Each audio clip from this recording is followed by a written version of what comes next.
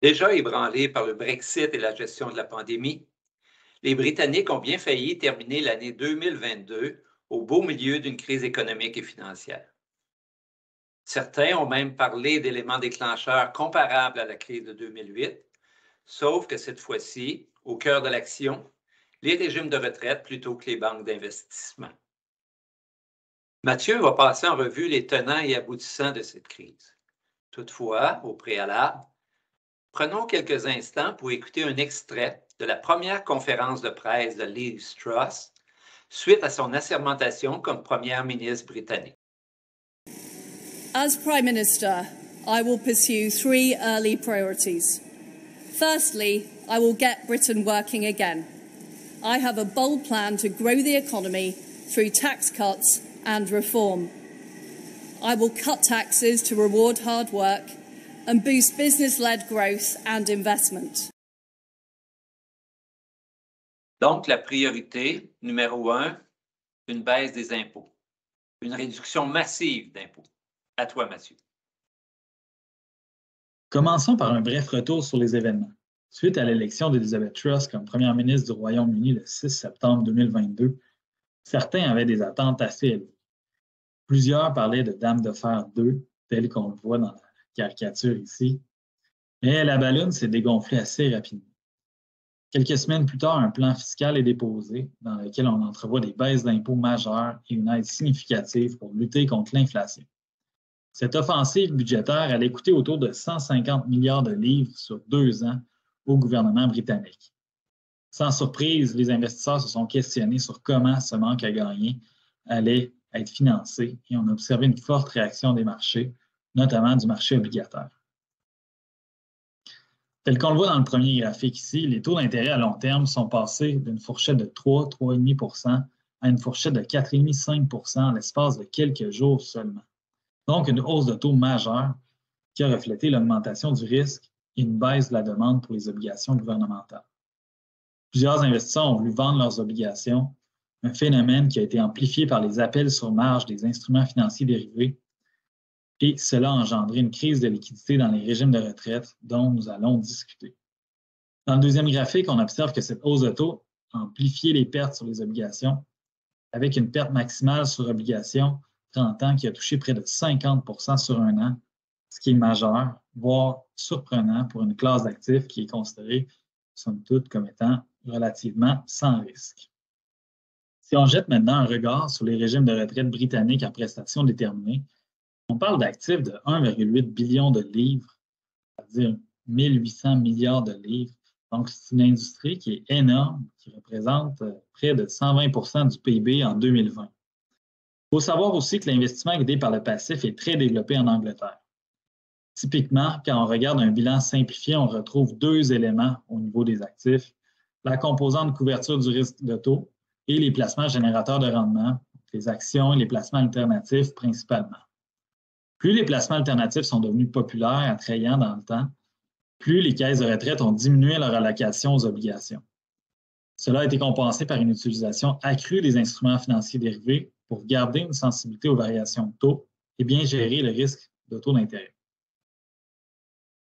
Un des instruments typiques pour gérer le risque de taux, c'est le swap de taux d'intérêt, où la caisse de retraite va échanger le paiement sur un notionnel donné d'un montant, un taux flottant, variable, avec la réception d'un paiement basé sur un taux fixe. L'objectif ici, c'est d'avoir un bon ratio de couverture du risque de taux au niveau du régime de retraite. Autrement dit, qu'en cas de variation de taux, la variation de l'actif et du passif soit similaire. L'enjeu qu'on a connu, c'est un enjeu de liquidité qui a été engendré par la hausse des taux. Avec la hausse des taux, bien, les caisses de retraite se sont retrouvées avec une augmentation de leur paiement d'intérêt sur swap prévu en lien avec la hausse du taux variable.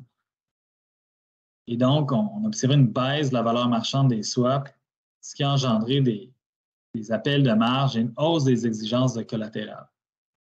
Comme les caisses de retraite avaient beaucoup investi dans les placements alternatifs par le passé, ces liquidités-là, maintenant requises, ont dû être générées par des ventes d'obligations, c'est-à-dire l'actif liquide restant, ce qui a amplifié l'effet au niveau de la hausse de taux, d'où la spirale de liquidité qui est observée au niveau des régimes de retraite en Angleterre. Donc, tout ça a engendré une volte-face complète de la Banque d'Angleterre et du gouvernement britannique. D'abord, le 28 septembre, la Banque centrale a été obligée d'intervenir pour limiter la saignée dans le marché obligataire en annonçant un programme d'achat d'obligations temporaires. Par la suite, le gouvernement britannique aussi a dû faire volte-face en annonçant un recul au niveau de la baisse du taux d'imposition pour les mieux nantis. Mais un niveau d'emprunt important était toujours requis. La confiance des investisseurs était minée. Le mal était fait. Donc, tout ça s'est terminé par la démission de Liz Truss le 20 octobre 2022. Puis pour ceux qui ont suivi le feed live sur YouTube, il y avait une course entre le portrait de Liz Truss et une laitue, à savoir qui allait être périmé en premier. Donc, la victoire est allée à la laitue. Et tout ça a inspiré plusieurs caricaturistes. En conclusion, cette crise-là nous enseigne plusieurs leçons, notamment au niveau des stress tests qui doivent être faits et sur l'importance d'adopter des mesures du risque de liquidité qui tiennent compte du contexte sur le marché obligataire. En bref, la crise a émergé du fait d'une action politique et de la réaction des marchés financiers à cette action politique. La crise a été jugulée du fait d'actions politiques et de la réaction de la Banque d'Angleterre en soutien aux marchés financiers. Pour terminer, nous allons vous laisser sur une vidéo qui témoigne et qui explique l'action de la Banque d'Angleterre et sur certaines informations publiées dans le Financial Times de Londres au moment de la crise. A plummeting pound, soaring costs of long-term borrowing, a material risk to UK financial stability.